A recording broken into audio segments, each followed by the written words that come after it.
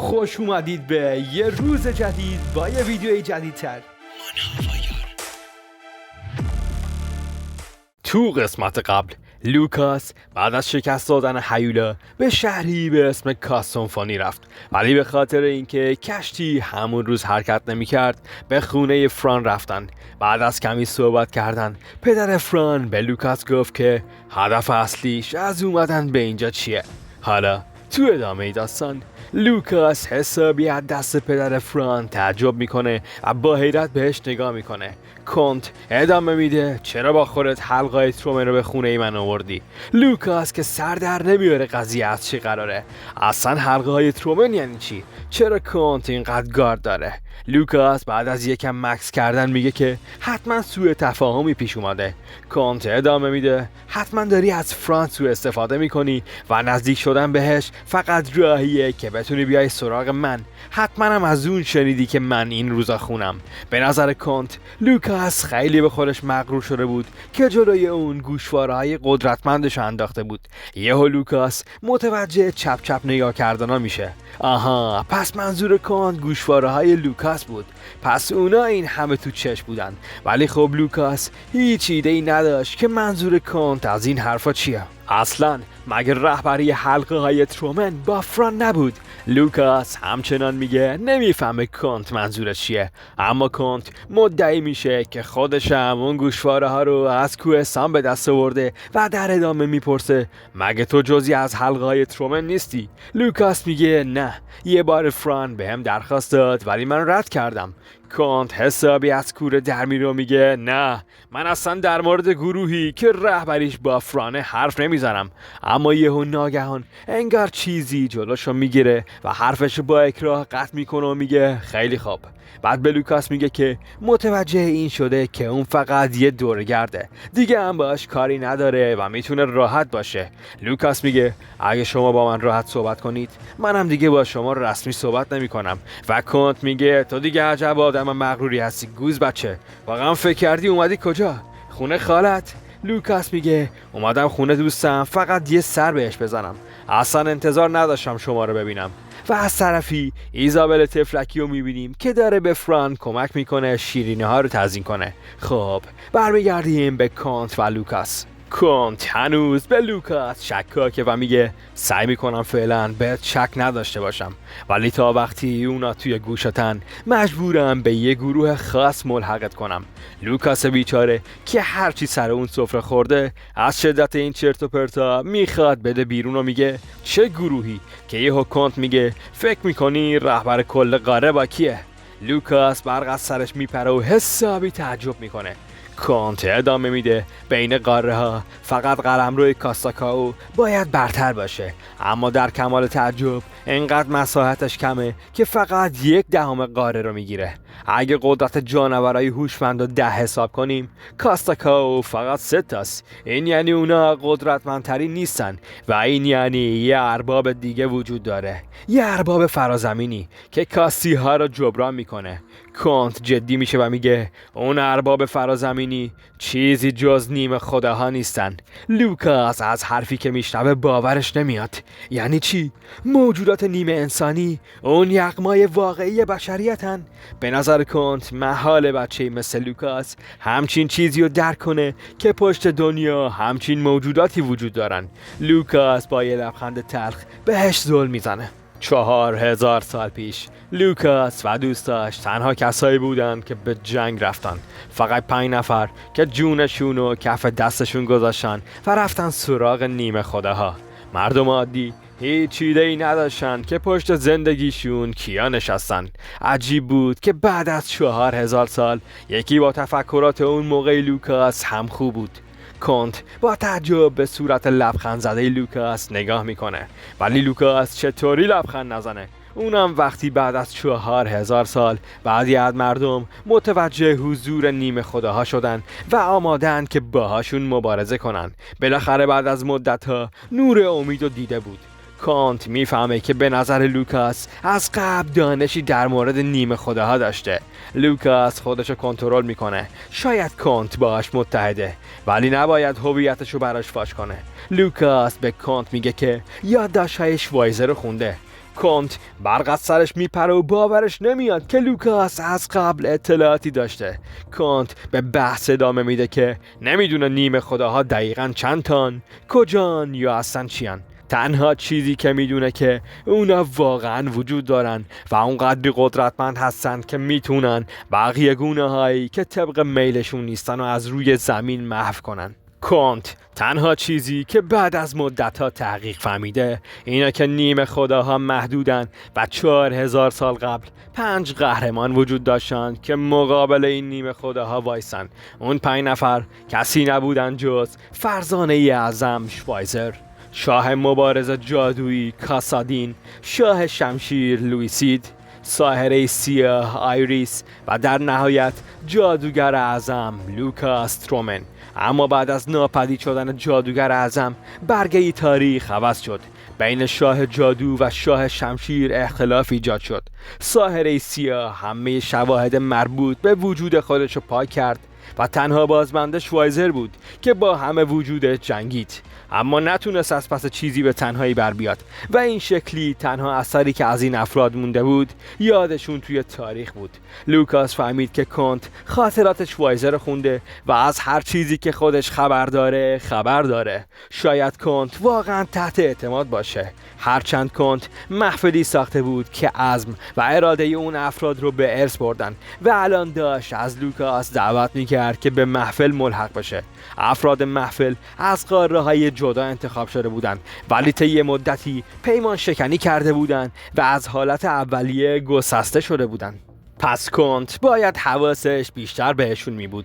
کنت این موضوع رو شفاف سازی کرد که اونا به محفل‌های بیشماری تقسیم میشن، ولی قدرتمندتریناش گردنبند استرو، بازوبند فیسفاندر و شمشیر لویسید بود. اونا از اسم اسامی اون 5 تا استفاده میکردن، جز کاسادین و اون لوکاس تفلکی. در هر حال کنت میدونه اوضاع فرقه های دیگه خوب پیش نمیره. لوکاس میپرسه الان عنوان کاسادین دست کیه؟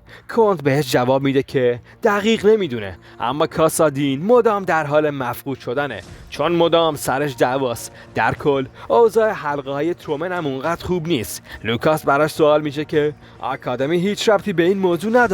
کنت معتقده که آکادمی فقط توسط جوانای جوگیر ساخته شده، فقط گاهی اگه آدم با استعدادی پیدا میشد می آوردنش اونجا، ولی همچنان هیچ کس در مورد محفل چیزی نمیدونست. به نظر کنت هرچی سازمانهای بیشتری هم اسم اونا وجود داشته باشه به نفعشونه، چون اینجوری کسی نمیتونست اونا رو تشخیص بده و اینجور گیر نمیافتادن و اصلا معلوم نبود که این نیمه خداها تا چه حد به زمین تسلط دارن. اصلا شاید همین گفتگو هم به گوش نیمه خداها میرسید. کنت وقتی لوکاسو با یادگاری جادوگر لوکاس عظیم و گوشواره‌های طوفان دیده بود، فکر کرده بود که اونو فرقه های دیگه برای دعوا فرستادن، ولی شکش برطرف شد. پس با جدیت به لوکاس گفت که الان دیگه نوبت اونه و باید برای کنت روشن کنه که گوشواره هاش از کجا اومده. دقایق پیش لوکاس گفته بود اونا را از کوهستان به دست آورده. شایعه شده بود که یادگاری قهرمانان اونجاست، به خاطر همین مردم زیادی رفته بودن کوهستان، ولی یا بر نگشته بودن یا با چیزایی کمی برگشتن. همینطور اونا اصلا نمیدونستن دانجن کجاست، یا اگه میدونستن احتمالاً هیولایان اونا رو میکشتن. لوکاس به کنت میگه اگه چیزی گیرش اومده فقط واسه اینه که خوششانس بوده و اتفاقی دانجن شوایزر رو پیدا کرده. کنت پشماش خزان میشه و میگه تو رو خدا به من بگو چطور میشه رفت اونجا. اما لوکاس عذر میخواد و میگه اون دانجن حاصل دستاورد خودشه. کنت ازش عذرخواهی میکنه و میگه هنوز مقداری بهش شک داره. پس لوکاس مجبور میشه جادوی رود یخیشو نشون بده تا کنت بفهمه که عضو هیچ حلقه ای نیست. اما میشد فهمید که شک کنت برطرف نشده. شب میشه و موقع جشن میرسه. مردم ثروتمند با لباسای مجلل در حال پذیرایی از خودشونن، اما لوکاس یه گوشه داره به این فکر میکنه که پیدا شدن یه آدم که در مورد نیمه خداها میدونه خوبه یا بد. در هر حال اون باید هرچه سریعتر آناستازیای شوایزر رو کامل میکرد. اصلا معلوم نبود چقدر بتونه تو بدن فری بمونه. لوکاس توی فکر بود که یهو کله ایزابل پیدا شد که خیلی از لباسی که لیلی براش شخصا تدارک دیده بود خوشحال بود. لوکاس بهش گفت خدا به من پول بده به تو عقل. یعنی دلیل مهم کنت برای هنوز شک داشتن به لوکاس چی بود؟ اون موقع کنت گفته بود 1 ماه پیش شخصی با نیمه خداها ارتباط برقرار کرده و اون کسی نبود جز پدر جسمی لوکاس، ایساکا بلیک. ولی این چطور ممکن بود؟ حالا توی جشن ما یه مرد مونارنجی به اسم گاسپارو میبینیم که داره حسابی هندونه زیر بغل شوالیه میذاره و از مهارت شمشیر زنیش تعریف میکنه. عجب شوالیه ساده‌لوحی. تا یکم ازش تعریف کرد سری خودشو باخت و گاسپارو که اصلا نمیدونست کیه رو به جشن یه خاندان بزرگ دعوت کرد. به نظر میرسه گاسپارو با زبون چربی نجیب زاده ها رو اغوا میکنه و باعث میشه طبق منفعتش عمل کنن، گرچه به خواستش رسیده بود و حالا وقتش بود از دیدن زنای نجیب زاده لذت ببره. اما ناگهان چشمش افتاد به لوکاس و ایزابل. از سمت دیگه سالن سونیا به لوکاس و ایزابل نزدیک میشه. به نظر میاد که الان حالش خوبه و میاد با لوکاس و بقیه شروع به احوال پرسی میکنه. سونیا میخواد یه چیزی به لوکاس بگه ولی دست میکنه. لوکاس هم که کلن یه تختش کمه نمیگیره و فکر میکنه سونیا تشنه است، واسه همین بهش آب تعارف میکنه. گاسپارو به لوکاس نزدیک میشه و بهش میگه اصلا انتظار نداشت اونو اینجا ببینه. آخه هرچی نباشه لوکاس آشغال دور انداخته شده ی خاندان بلیکه و لوکاس لایق این که اونجا باشه نیست. اصلا برای چی لوکاس خیلی راحت اونجاست و گاسپارو به زور یه دعوتنامه گیرش اومده. اون بهش میگه به نظرش فری از این جشن سوء استفاده کرده و حتی وارد آکادمی شده. لوکاس فقط یه نفس عمیق میکشه و خیلی سیگما بهش میگه گم شو، که گاسپاروی مفخور چشمش از این برخورد 4 تا میشه. ولی خب لوکاس یه بار دیگه واضح بهش میگه بره گم بشه. سونیا میره و از گاسپارو میپرسه که لوکاس رو میشناسه یا نه. گاسپارو مدعی میشه خیلی میشناستش ولی هنوز براش جای تعجب داره چون فری حتی نمیتونست بلبل زبونی کنه. گاسپارو با دقت به سونیا و ایزابل نگاه میکنه و پیش خودش فکر میکنه حتما لوکاس چون چند تا داف دیده داره سینه سپر میکنه و اصلا چرا 2 تا دختر خوشگل باید کنار فری بی ارزه می بودن. یهو اون مردی که گاسپارو دعوت کرده بود پشت سرشون سبز میشه و از گاسپارو استفاده میکنه تا با سونیا لاس بزنه و ازش میخواد که باهاش برقصه. سونیا حسابی معذب بود و میگه چخ مرتی که من نامزد لردم. این یارو گاسپارو که حسابی تو کتش نمیرفت با خودش فکر کرد چون سونیا از یه خاندان خارجیه حتما نمیشناستش و به نظرش بهونه خوبی میاد که بتونه یه بار دیگه باهاش فری رو تغییر کنه. پس میاد جلو و میگه ببخشید که من و دوستم نامزد لرد رو نشناختیم. ولی خب سونیا برای حرف دیگه ای اومده بود و به لوکاس میگه که هنوز ازدواجش قطعی نشده. لوکاس پوکر میشه و میگه خب چرا داری اینو به من میگی؟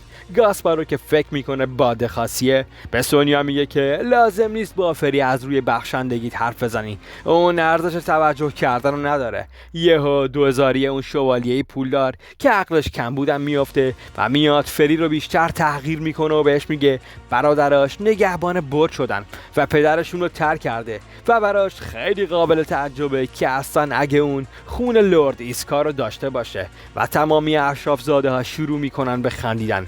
ایزابل از کوره در میره و میگه این آدمی که در موردش حرف میزنی کل این جمع اصلا در سطحش نیستن و باید از لوکاس معذرت بخواد. ولی خب لوکاس واسش مهم نیست و به شوالیه میگه تا درد سر نشده معذرت بخواه. شوالیه که حسابی تو رو ماهاش گل کرده بود گفت من چرا اصلا باید ازت معذرت بخوام؟ اونی که باید معذرت بخواد اونیه که این گلابی رو اینجا دعوت کرده. که یهو فران پشت سرش پیدا میشه و میگه مثل این که من شما رو ناراحت کردم. اشراف زاده حسابی متعجب میشه که منظور فران چیه، ولی فران با قاطعیت میگه اون کسی بود که فری رو به جشن دعوت کرده و میگه نمیدونستم باید با شما برای جشن خودم جواب پس بدم و اضافه میکنه که فری امشب با ارزش ترین مهمون اونجاست. اشراف زاده حسابی میترسن، آخه اونا جسارت کمی مرتکب نشده بودن. فران یقه گاسپارو میگیره و بهش میگه بره از جشنش لذت ببره چون اونجا خونه خودشه و اونا هم مهمونن، ولی اگه مهموناش نبودن قطعا تو الان هزاران بار سرشو میکند. اشرافزاده ها از سرت سرشون عذرخواهی میکنن و با سرعت نور فرار میکنن. لوکاس میاد سمت فران و میگه نمیدونستم اینقدر خشن بودی، و فران میگه فقط داشته از اخلاق عجیبش پیروی میکرده و حسابی با هم دیگه شوخی میکنن، در حدی که باعث خنده خانوما میشن. اونا وقتی به خلوت خودشون میرسن، فران مدعی میشه که اگه افراد میدیدن که لوکاس چه قدرتی از خودش روی کشتی کوریسو نشون داد، هیچ کس جرئت نمیکرد بهش بگه آشغال و واسش خیلی عجیبه که لوکاس هیچی از خودش نشون نداده.